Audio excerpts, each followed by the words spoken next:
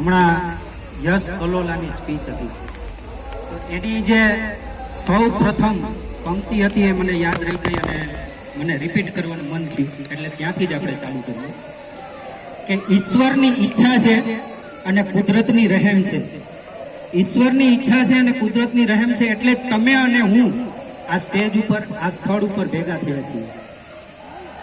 તો એવું કહેવાય છે કે ઈશ્વરની ઈચ્છા વગર કોઈ પાંદડું પણ હલતું નથી, કારણ કે ઈશ્વરની ઈચ્છા હોય તો જ આપણે બધું શક્ય બને છે. અહીં ઉપસ્થિત જસાધાર ગામના દીકરા અને દીકરી, જસાધાર ગામના દીકરા અને દીકરીને હું જસાધાર ગામના વડીલ દેવરાજભાઈ મૂળજીભાઈ રામોલિયા ના સૌથી નાના જમાઈ, 5મા નંબરના જમાઈ અને સોનલબેનના હસબન્ડ રેનીશ ખાનપરા, હું તમારા બધાનું ને વંદન કરું છું. આપણે સૌ પ્રથમ વાત ચાલુ કરીએ તો સ્નેહનો સંગાત. સ્નેહ મિલન એટલે સ્નેહનો સંગાત છે. તો સ્નેહનો સંગાત શું હોય છે? તો સ્નેહનો સંગાત માટે પરિવારની જરૂર પડે. તો પરિવાર એટલે શું? તો સરદાર વલ્લભભાઈ પટેલ એવું કહેતા કે ઘરની વાત ઘરમાં રાખો, સાચું કહેવાની હિંમત રાખો અને કાળજું સિંહનું રાખો. સરદાર વલ્લભભાઈ એવું કહેતા કે ઘરની વાત ઘરમાં રાખો, સાચું કહેવાની હિંમત રાખો અને કાળજું સિંહનું રાખો. તો કાળજું સિંહનું રાખવા માટે શું જરૂર પડે? તો કાળજું સિંહનું રાખવા માટે 4 મુદ્દાની જરૂર પડે: શેરિંગ, કેરિંગ, ડેરિંગ અને સ્માઇલ. શેરિંગ, કેરિંગ, ડેરિંગ અને સ્માઇલ. શેરિંગ એટલે શું? તો પરિવાર રોજ સાંજે ભેગો થાય અને સાંજે ઘરે બેસે અને એકબીજાની વાતો કરે, આને કહેવાય શેરિંગ. કેરિંગ એટલે શું? તો એકબીજાની કાળજી રાખે, એકબીજાને મદદ કરે, એકબીજાને હેલ્પ કરે, આને કહેવાય કેરિંગ. ડેરિંગ, ડેરિંગ એટલે શું? આપણા પરિવારમાં, આપણા ઘરમાં કોઈ કુટેવ આવે તો એ કુટેવને સારી ટેવમાં ફેરવવું, એને કહેવાય ડેરિંગ. એની તાકાત હોવી જોઈએ. અને સ્માઇલ એટલે સૌથી એકબીજા સાથે હળી મળીને આનંદથી, એકદમ સ્માઇલથી એકબીજા સાથે વાત કરે. આ 4 મુદ્દા જો પરિવારમાં ભળી જાય ને તો પરિવાર સ્વર્ગ બની જાય. પણ થાય છે એવું, તકલીફ એ છે કે આપણા સંબંધો આર્ટિફિશિયલ થઈ ગયા છે. આપણા કોઈનો બાળકનો બર્થડે હોય કે આપણો કોઈનો બર્થડે હોય અને આપણા સંબંધી કોઈ વોટ્સઅપમાં રિપ્લાય ના આપે તો આપણને ખોટું લાગી જાય. ફેસબુકમાં કોઈ કમેન્ટ ના કરે આપણા બર્થડે ઉપર તો આપણને ખોટું લાગી જાય. ના, સંબંધો બતાવવા માટે નથી હોતા, પણ સંબંધો જતાવવા માટે હોય છે. સંબંધો બતાવવા માટે નથી હોતા, પણ સંબંધો જતાવવા માટે હોય છે, સંબંધો વ્યક્ત કરવા માટે હોય છે.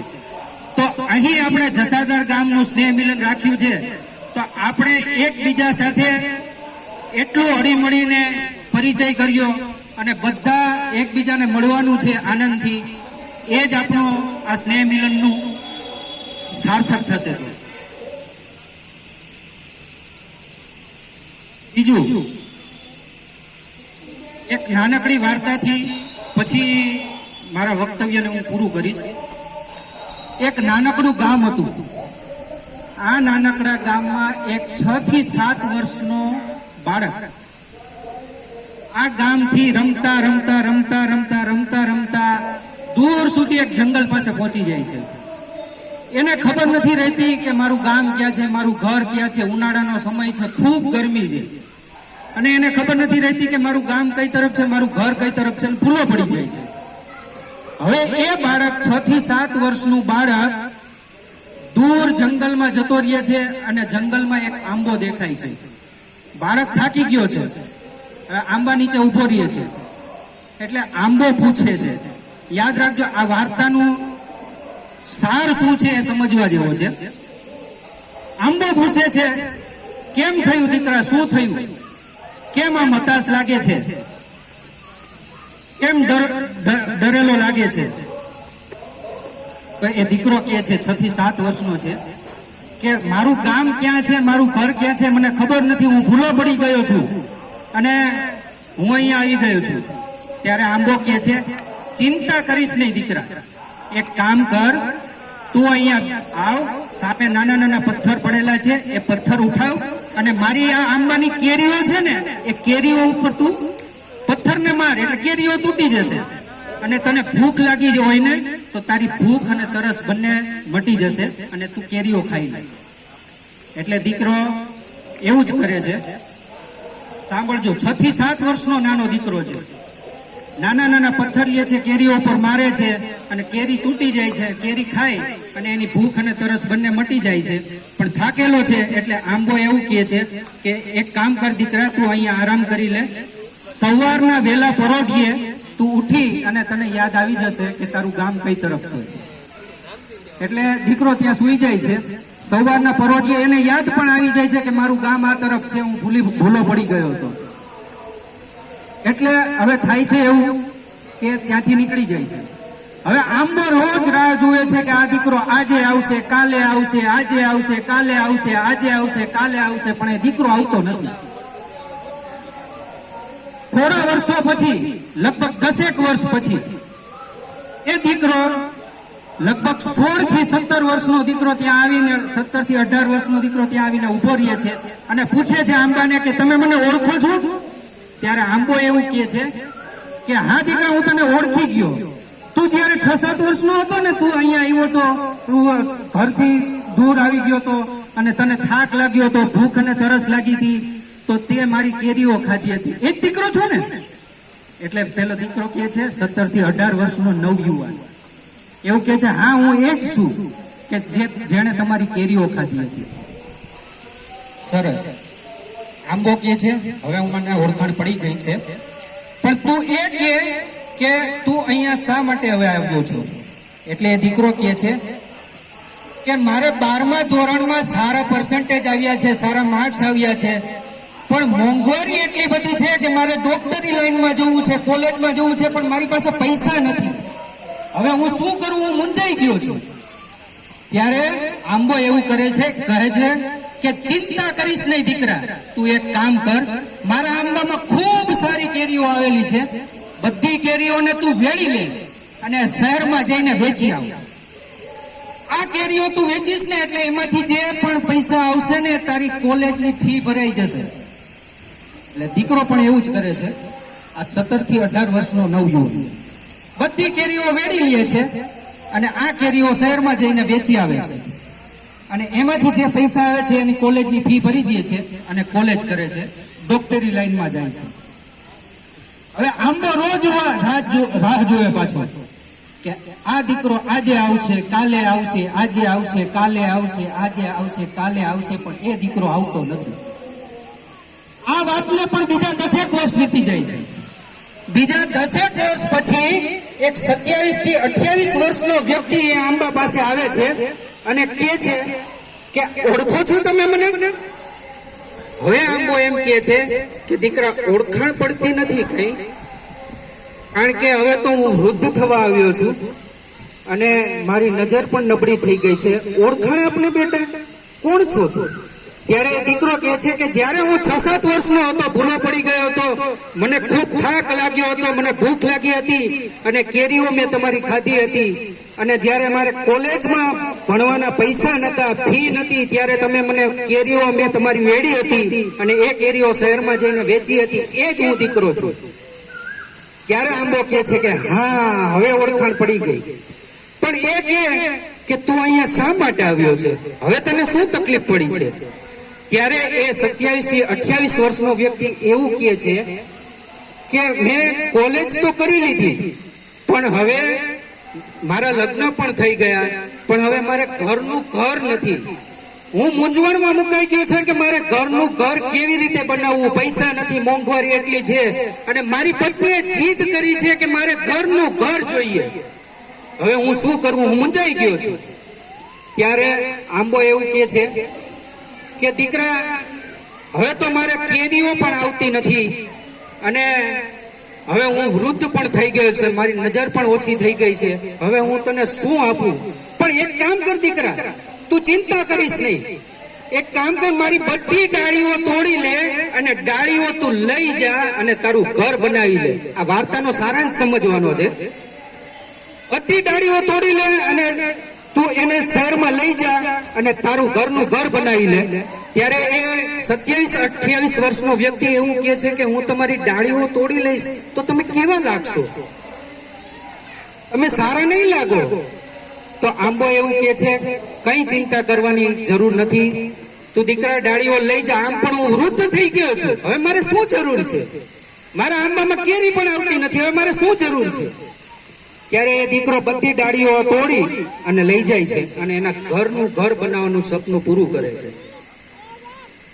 હવે રોજ આંબો ફરીથી રાહ જુએ છે કે આ વ્યક્તિ આજ આવશે, કાલ આવશે, આજ આવશે, કાલ આવશે, આજ આવશે, કાલ આવશે, આજ આવશે, કાલ આવશે, પણ એ વ્યક્તિ આવતો નથી. આ વાતને ઘણા વર્ષ વીતી જાય છે. ત્યારે એક 60 વર્ષનો વ્યક્તિ આંબા પાસે આવીને ઉભો રહે છે કે ઓળખો છો મને? ત્યારે આંબો એમ કે છે, ના, ઓળખાણ પડતી નથી, હવે તો હું વૃદ્ધ થઈ ગયો છું, હવે મારી નજર પણ જતી રહી છે, હવે મને દેખાતું પણ નથી, તો હવે ઓળખાણ આપ ભાઈ, કોણ છો તમે? ત્યારે આંબો એવું કહે છે, દીકરો એવું કહે છે કે તમને યાદ છે કે જ્યારે હું નાનો હતો, 6-7 વર્ષનો ફૂલો પડી ગયો ને તમારી કેરીઓ ખાધી હતી, મારે કોલેજમાં ફી ભરવાના પૈસા નતા, ત્યારે તમારી પાસેથી કેરીઓ વેડીને મેં વેચી નાખી હતી અને પૈસા ભર્યા હતા કોલેજની ફીના. અને જ્યારે મારે ઘરનું ઘર નતું ત્યારે મેં તમારી ડાળીઓ પણ તોડી નાખી હતી, તમને યાદ છે? ત્યારે આંબો કહે છે, હા યાદ છે મને, હવે બધું યાદ આવી ગયું. પણ હવે મને કે તને હવે શું તકલીફ પડી? હવે મારી પાસે તો આપવા માટે તને મારી પાસે કઈ છે પણ નહીં, તો હવે મારે શું કરવું? તું શું લેવા આવ્યો છે? ત્યારે 60 વર્ષનો વ્યક્તિ એવું કહે છે, સાંભળજો સાહેબ, 60 વર્ષનો વ્યક્તિ એવું કહે છે કે હવે હું તમારી પાસે કઈ લેવા આવ્યો નથી, પરંતુ વૃદ્ધત્વનું દર્દ શું હોય છે એ હવે મને ખબર પડી ગઈ છે. 60 વર્ષ થયા મારી ઉંમરને, હવે વૃદ્ધત્વનું દર્દ શું હોય છે મને ખબર પડી ગઈ, એટલા માટે હું તમારું ઋણ ચૂકવવા માટે આવ્યો છું, હવે હું તમારી પાસે કઈ લેવા નથી આવ્યો. આટલું કહીને એ વ્યક્તિ 2 હાથ પોડા કરીને આંબાને ભેટી પડે છે. અને સાહેબ, કવિએ એવું કીધું છે કે જેવો એ વ્યક્તિ આંબાને ભેટી પડે છે ને, એટલે આંબામાંથી લીલી લીલી કૂપણો ફૂટી ઉઠે છે અને આંબો એકદમ તાજો થઈ ગયો હોય ને એવો અહેસાસ થાય છે, એવો ભાવ આવે છે. તો અહીંયા જસાદર ગામના દરેક દીકરા દીકરી બેઠા છે, એમને મારે કેવું છે કે તમારા પરિવારમાં પણ કોઈક એવા આંબા હશે કે જેમણે તમારા સપનાઓ પૂરા કરવા માટે પોતાના સપનાઓનું બલિદાન આપી દીધું હશે. તમારા કુટુંબમાં, તમારા પરિવારમાં કોઈક એવા આંબા હશે કે તમારા ભણતર માટે તમારી ફી ભરવાના પૈસા નહીં હોય, ત્યારે તમારી ફી ભરી હશે અને તમને ભણાવ્યા હશે અને આગળ વધાર્યા હશે. તમારા કુટુંબમાં કોઈક એવા આંબા હશે કે જ્યારે તમને સારા બૂટ ચપ્પલ પહેરાવવા માટે પોતે ફાટેલા ચપ્પલ પહેર્યા હશે, સાંધેલા ચપ્પલ પહેર્યા હશે. તમારા કુટુંબમાં કોઈક એવા આંબા હશે કે જેમણે પોતાના દરેક સપનાનું બલિદાન આપીને તમારા સપનાઓ સારા કર્યા હશે. આવા તમારા કુટુંબમાં આંબાઓ હશે. તો આજે અમારે જસાદા ગીરનું જ્યારે સ્નેહ મિલન, સ્નેહનો સંગાત થયો છે, ત્યારે મારા દરેક ભાઈઓ અને બહેનો, દીકરીઓને એટલી વિનંતી છે કે તમારા એ આંબાને યાદ કરો અને એ આંબાને મનમાં ને મનમાં તમે થેન્ક યુ કે તમારા લીધે અમે અહીંયા આ પરિસ્થિતિ ઉપર છીએ, તમારા લીધે અમે અહીંયા આગળ વધ્યા છીએ, તમારા લીધે અમે અહીંયા છીએ. આજે તમારા પરિવારના આ આંબાને યાદ કરવાનો સમય છે. સ્નેહ મિલન ફક્ત જે ભાઈએ કીધું એમ, બેને કીધું એમ જમીને જતું રહેવાનો સમય નથી. સ્નેહ મિલન એટલે આપણા ગામનો પરિચય છે, આપણા એકબીજાનો પરિચય છે, સાથે આપણા વડીલોને પણ યાદ કરવાનો આ સ્નેહ મિલન છે, આ સ્નેહનો સંગાત છે.